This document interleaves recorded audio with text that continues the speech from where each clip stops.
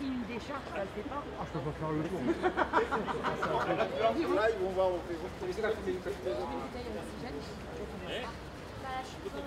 Voilà, alors un petit peu avant midi, les secours ont été demandés pour un sinistre dans un local technique qui a été très rapidement traité. Ce sinistre a généré derrière une coupure électrique de l'ensemble du bâtiment.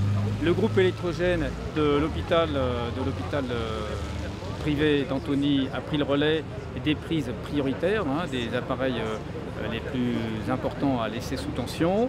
Les techniciens de RDF sont en train de rétablir la situation de façon nominale.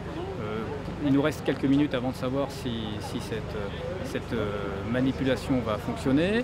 Dans le doute, nous avons pris en liaison avec le directeur de l'établissement des mesures très intéressantes. D'une part, la possibilité de secourir l'établissement avec des groupes électrogènes très puissants, l'un fourni par la PHP et le deuxième fourni par GRDF.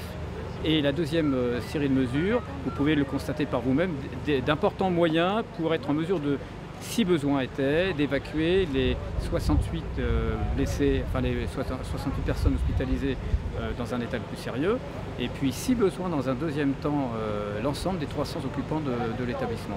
Vous n'avez procédé à aucune évacuation de malades? Non, il n'y a pas lieu de la situation est nominale, il n'y a pas lieu d'évacuer les malades.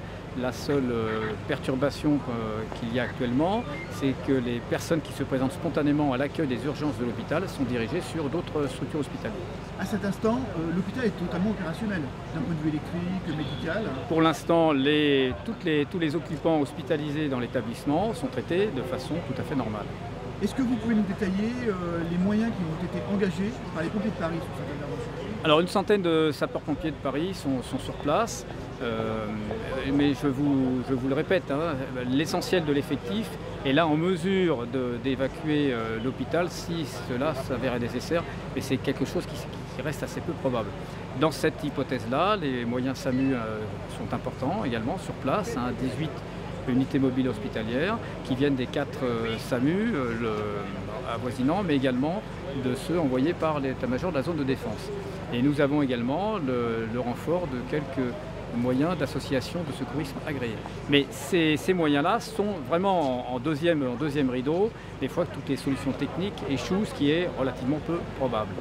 Ces moyens vont rester sur place combien de temps? Vous avez une estimation? Je pense qu'encore quelques dizaines de minutes pour savoir si l'électricité va pouvoir être rétablie de façon nominale sur le réseau public. Un peu plus longtemps si nous devons basculer sur les 2 groupes électrogènes lourds mobiles dont nous parlions à l'instant. Et puis, a priori, d'ici quelques heures, au pire, ces moyens seront de nouveau disponibles. Dernière question, on a une idée de l'origine du feu, il a été circonscrit très rapidement? Très rapidement, en quelques minutes. Les secours sont arrivés en 7 minutes. C'est un feu à l'intérieur même de l'hôpital, dans un local technique de l'hôpital? Dans un local technique, oui. Qui appartient à l'hôpital, pas extérieur? Du centre hospitalier, tout à fait.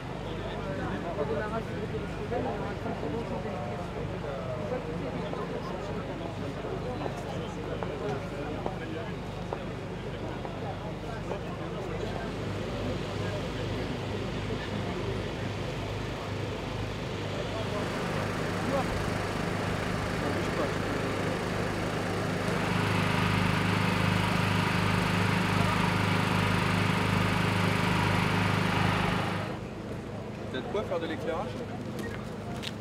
Non. Non. T'as besoin de quoi Allô, éclairage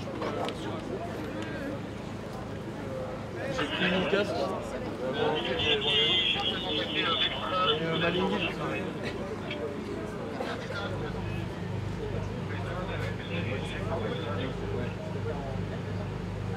Non.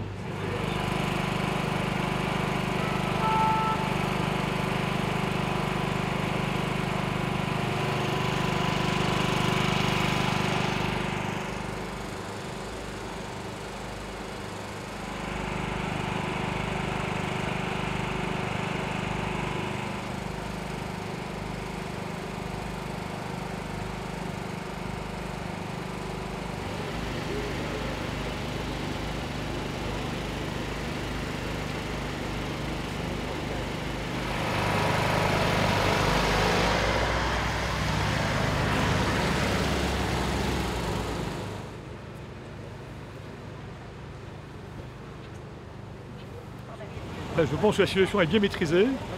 Le courant est en train d'être établi. J'espère qu'il le sera très rapidement et que l'hôpital pourra repartir sans avoir une évacuation à prévoir. Vous craignez toujours l'évacuation à cette heure? Non, de moins en moins. Les moyens ont été très importants. Vous êtes vous-même rendu immédiatement sur place? Oui, je suis rendu sur place assez rapidement en tout cas. Les moyens étaient déjà arrivés et je suis assez impressionné par l'importance des moyens et par leur bonne coordination. L'inquiétude a été vive, je suppose, pour vous, pour vos équipes? Au départ, elle était vive, mais on était vite rassurés par l'importance des moyens mis en œuvre. Même s'il avait fallu évacuer, on sentait que cela se ferait en bonnes conditions. Vous avez une idée du nombre de malades qui sont actuellement hospitalisés dans cet établissement? Oui, il y a environ 350 ou 400 malades, mais 70 dans un état quand même difficile et qui aurait mérité une évacuation. Est-ce qu'on a une idée à cette heure de l'origine du sinistre qui s'est apparemment déclenché dans un local technique de l'hôpital? Oui, je crois que c'est un incendie dans le secteur, enfin le central électrique qui donc a brûlé et qui a été rendu indisponible. C'est dû, on pense, mais je ne suis pas certain, que c'était lié à un mauvais fonctionnement également de RDF, qui d'ailleurs a affecté l'ensemble du nord d'Antony et qui aurait pu avoir des conséquences sur l'hôpital, mais ça, je ne suis pas certain. D'accord, donc une partie de la commune a été privée de courant? Oui. En fin de matinée? Oui, en fin de matinée, et même toujours privée de courant à la Croix de Berny. Les bureaux de la Croix de Berny ont dû être évacués parce que privés de courant. L'hôpital a été privé de courant combien de temps, vous le savez? Ah, je ne sais pas. Non, l'hôpital est toujours privé de courant. Du fait de l'accident qui a mis le feu aux centrales électriques, l'hôpital est toujours privé de courant. Le courant va être établi très prochainement, mais pour le moment il n'est pas encore établi. Par contre, sur le reste du nord de la ville, il y a un certain nombre de bureaux notamment qui sont toujours privés de courant. Mais les chambres et les services médicaux actuellement donc, ne sont toujours pas alimentés en Alors il y a un générateur qui fonctionne, mais vraiment pas d'inconnexion aussi bonne que le central électrique. Vous prévoyez un retour à la normale dans combien de temps? Vous avez une idée, on vous a informé de... Oui, a priori les services sont assez optimistes, ça devrait arriver assez vite.